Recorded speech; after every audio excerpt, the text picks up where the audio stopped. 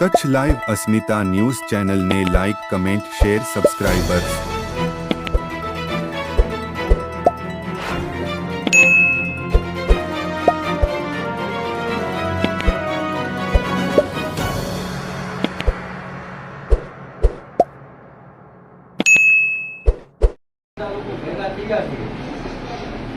નગરપાલિકાના ઇલેક્શનમાં સ્થાનિક મુદ્દાઓ છે, આપણા ઘરે ઘણા બધા સ્થાનિક મુદ્દાઓ છે અને હું તો એક પાર્ટી પહેલા સંગઠનમાં ઘણું બધું મેં કામ કર્યું એટલે ત્યાંથી એવું શીખીને આવ્યો છું કે લડાઈ અથવા યુદ્ધ રોજે લડવાના ન હોય અને એની તૈયારી રોજે કરવી પડે. તો આપણે આજે અહીંયા આપણે ઉપસ્થિત તૈયારી કરીએ. પરિસ્થિતિની તો આપ બધા લોકો વાકેફ છો, આપણને શું સમસ્યા છે એમાં રાપા નગરપાલિકાના પ્રભારી તરીકે આપણા પૂર્વ પ્રમુખ શ્રી વિજય સાહેબ ઘણા બધા ઉદાહરણ વિજય સાહેબનો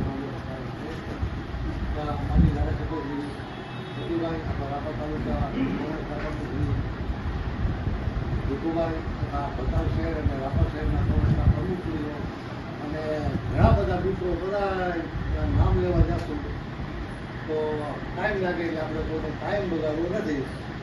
બધા જે આગેવાનો અહીંયા પધાર્યા છે તો અમે કોંગ્રેસ સમિતિ વતીથી હું એટલો કહું છું કે નગરપાલિકાની આ ઇલેક્શન આવી રહ્યું છે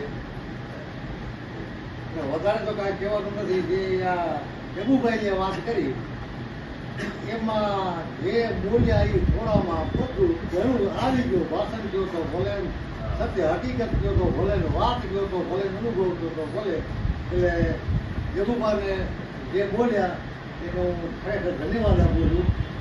બીજું એ કે ભાજપથી માણસો પ્રજા કંટાળેલી જ હોય છે, પણ હું દર વખતે એમ જ કહું છું કંટાળેલા હોય છે, વાતું કરે છે, કામ નથી થતા, બધું નથી થતું. પણ હવે છેલ્લા જ્યારે ચૂંટણીની ઇલેક્શનનો મહિનો 15 દિવસ છે ત્યારે કેમ એમને શીશામાં ઉતારી